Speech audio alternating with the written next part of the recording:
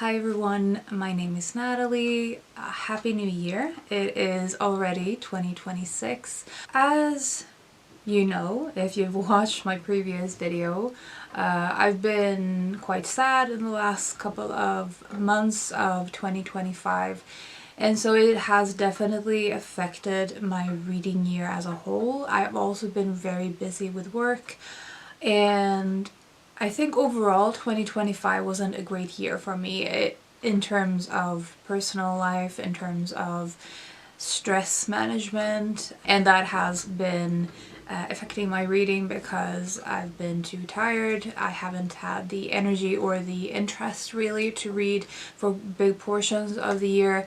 So I will talk through my stats, I will talk about my reading goals, but you'll kind of see, I think that is an important background because of my feelings towards the year. So let's start with the stats, which gives you kind of an indication of where my mind has been at. I read in total 44 books. I have not read this few books since I want to say since before starting BookTube. I think I read about 40 books maybe the first year that I started my channel.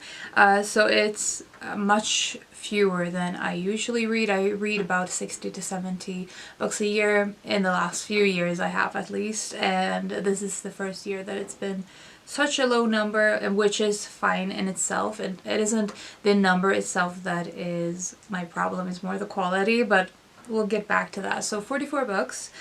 The genres that I read the most are, as usual, I think, literary fiction in terms of fiction and memoirs in terms of nonfiction. They are the two most read overall in terms of genres.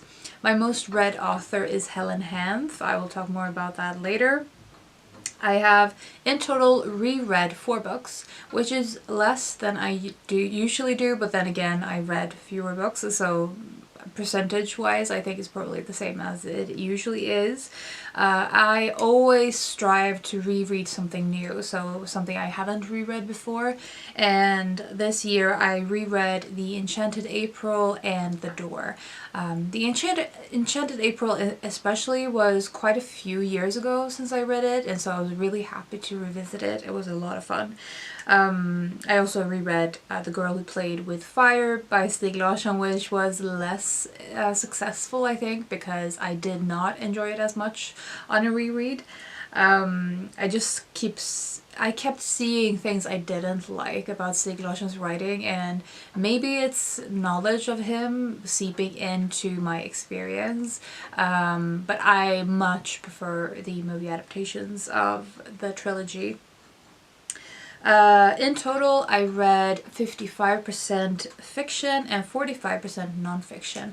I actually thought that it had been a very fiction-heavy year, but it turns out, as I was comparing my stats to the previous years, that I had in 2024 read about 70% fiction, and in the year before that I was about the same, very clear fiction-leaning percentage. Whereas in 2025, as I said, I was more around the midway point again. In terms of language that I read in, I continue on with having a big portion being read in Swedish. So I read about 57% in English and 43% in Swedish. Yeah, which I think is about the same as last year. And then of the books I read in 2025, 20 of them were from my physical TBR, so about 45% of what I read in the year. And the rest were either ARCs that I got from publishers, which was about 13%. The library was about a third of what I read, maybe a little less than that, and then I read some books through audiobook subscriptions. If you hear a sound in the background, that is the birds. I've put a lot of bird feeder out and they are very happily eating it because it's snowy in Gothenburg right now. Okay, so that is basically the stats. From my reading as a whole, I think the most memorable part of my reading year was definitely reading through Helen Hound's entire bibliography. I read 84 Charing Cross Road on January 1st because of the annual read-along that Sarah from Hardcover Heart started a couple of years back, and I have now, in 2026, I've also read it on January 1st, so now I've read it 3 times, but last year I had read it the second time, and it spurred me on to read Duchess of Bloomsbury Street, which is her a memoir of actually going to London. So 84 Charing Cross Road talks about, or shows the letter exchange that she had from New York with a bookseller in London during the 50s and 60s in particular. She was basically ordering books, but it turns out and becomes a friendship and becomes so much more. And so in Duchess of Bloomsbury Street, she actually manages to go to London, but the one that she's been writing the letters to has already died, so she's meeting all of these other people around him and the bookshop, visiting the bookshop and all of the other things, and having a fantastic time. So I read that, and then I felt so compelled to read on more Helen Hound, and so I ended up reading her entire bibliography. I actually did a video talking through my feelings and thoughts about the books. I will leave a link to that. I think the video is called Reading Helen Hound. So that was definitely a project that I loved doing in 2024, and my favorite reading moments this year was definitely during reading those books. But yeah, like I said, it has been a year where my concentration hasn't been all there, and therefore I feel like I haven't been enjoying my reading as much. I've been splitting my time more, and so I think I haven't been sitting down and properly focusing on reading as much this year, just reading bits and pieces everywhere, and I think that has not really allowed me to sink into reading as much, except for the summer where I was more concentratedly reading, and that was fantastic. I think I also read more in the first half of the year, and then the autumn is sort of died down, and part of it was before my dog died. Part of it was afterwards. Afterwards, it was a mess. So yeah, I'll talk. I'll talk now about my reading goals for 2025 that I had and talk about how they went. So the first one was to read 100 books. Obviously, I didn't do that, and I also realized, again, I've tried to make these number goals before. I never reach them, and it's because they don't inspire me to read more. I am not at all affected by this number. I'm not stressed by it, but nor am I motivated or inspired by it, so it makes no difference in my life. So I've definitely I've learned that again, that is not the type of goal that helps me. If I'm supposed to make reading a habit, it's not through making a specific amount my goal. The second goal I had was a book buying ban for the entirety of 2025, which I definitely did not do. Unsurprisingly, really, if you know me, you would know that I would fail at this goal because I enjoy buying books too much. I have, however, changed my way of buying books, and my relationship towards my TBR is different than it was a couple of years ago. The rules I set for myself was that I could buy books that I had read, so that I could add them to my my library. And at the start of the year, I did follow this. So I think in the first maybe 3 months, I didn't buy any books that I hadn't read before. Then I broke this book buying ban, and I ended up continuing to buy new books, but I have bought less books than I ever have in a year. I think in total maybe around 30, but definitely less than 50. and I always buy more than 100 books in a year, so this is much fewer than I usually do, and several of those were books I had read before and want to reread, or have already reread, or have read this year and bought the books to own. But yeah, so the book buying ban, even though it wasn't a complete success, I didn't have a zero policy. I did buy a lot fewer than I usually do, and much more in a reasonable amount, I think. Fewer than maybe slightly more than I read TBR books this year, but not that far away, which I'm happy with, because that means that it's getting closer to being more in line with what I actually do with my books. Like, if I read my TBR books and I buy TBR books, then that's fine. It's still in a sort of the two different habits is sort of connected to each other, which, I mean, that feels like a obvious thing, but clearly it hasn't been, because it's been a hobby in itself to buy books. This year I've tried to be more mindful with that and have been successful. Not a total success, but I think I still consider this a success, because I have bought so much less than previous years, and several of the ones I bought this year I have already read, or as I said, I bought books that I had just read.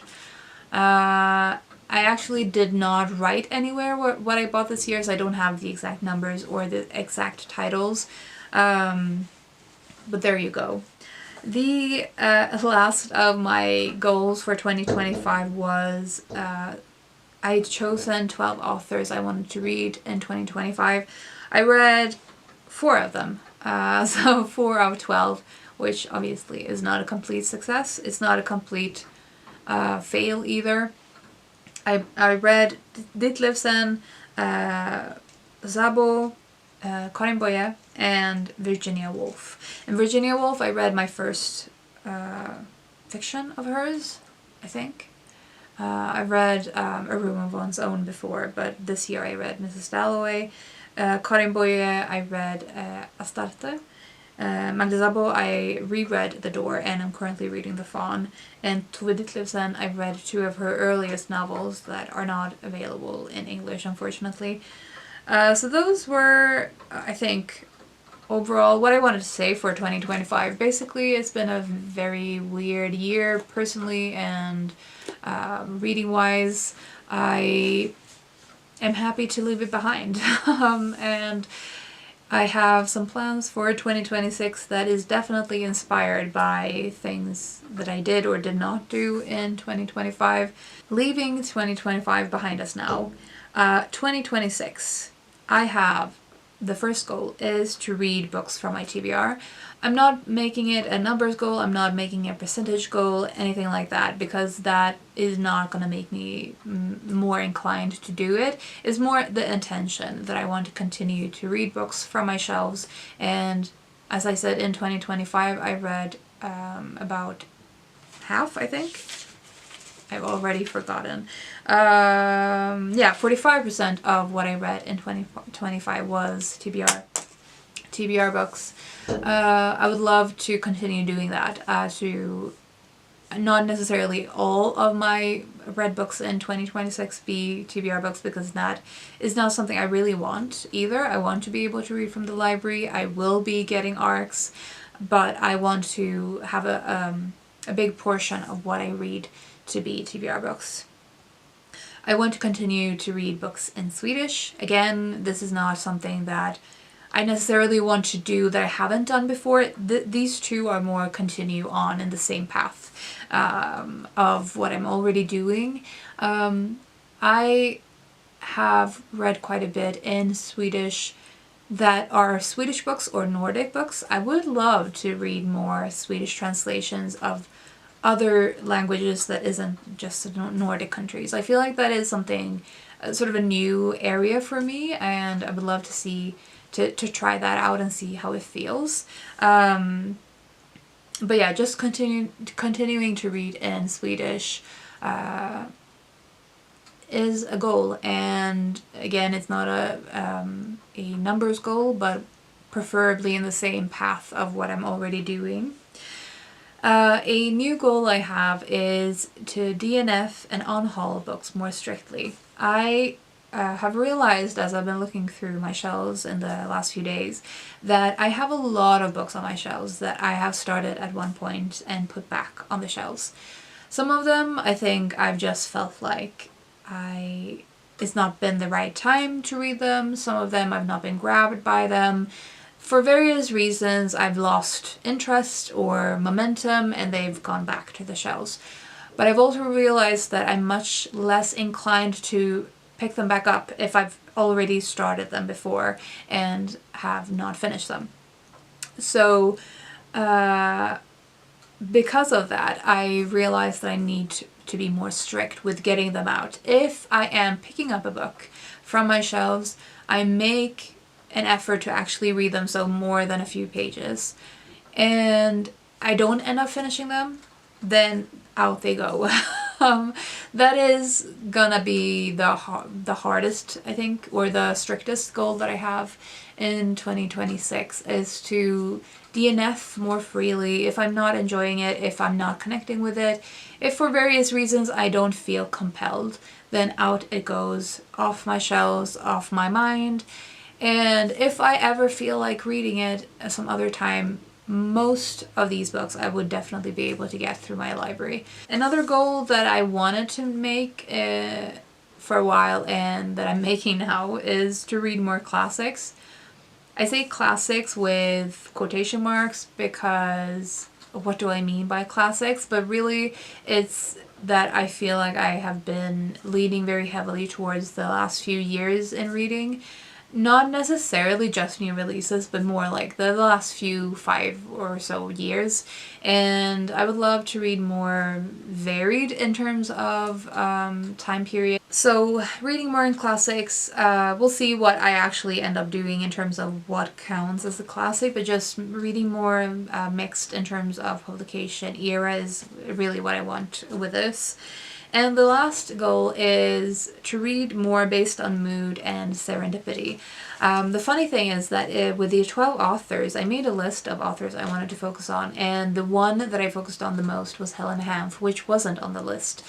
And that was the best reading experience I had in the year, and that really reminded me of how I end up enjoying reading much more when I follow my not impulses, but when I'm craving something, I enjoy reading much more if I follow that sensation. If I am curious about something, like I read an author and they mention a book, to read that book immediately if I'm interested, to keep following the path of various sort of interconnectedness in books, to read a specific theme if that is what I'm drawn to not be so reading project focused, but read more. It's fine if it's a reading project that ends up becoming something very organically, but not to plan out my reading so much. That is really what I want to do, because I think that is what makes my reading the most enjoyable, and that is my main goal for 2026 is to make my reading more enjoyable, to read what I want to read, when I want to read it, to follow my mood wherever it goes, to be more spontaneous, to allow serendipity to make interesting connections. When I enjoy my reading the most is usually when I allow that to happen, and I think that is what I need. So that was all I wanted to say with this very rambly, very chatty, long-winded recap of 2025 and my look ahead for 2026. I would love to know how your reading goals went. Are you making any for 2026? What are they? What are your thoughts on numbers goals and TBR goals? Do they work for you? I would love to hear about all of that, and let's discuss and chat in the comments. Thank you all so much for your kind comments on my previous video. It means a lot to me, and I'm so happy to have this place to be able to talk to you and to have such kind words back to me. It just means a lot, and I wanted to say thank you for that. I hope that your year has started off well so far. I hope you're looking forward to new fantastic books to discover and good times to have, hopefully. And I will talk to you soon. Take care until then. Bye.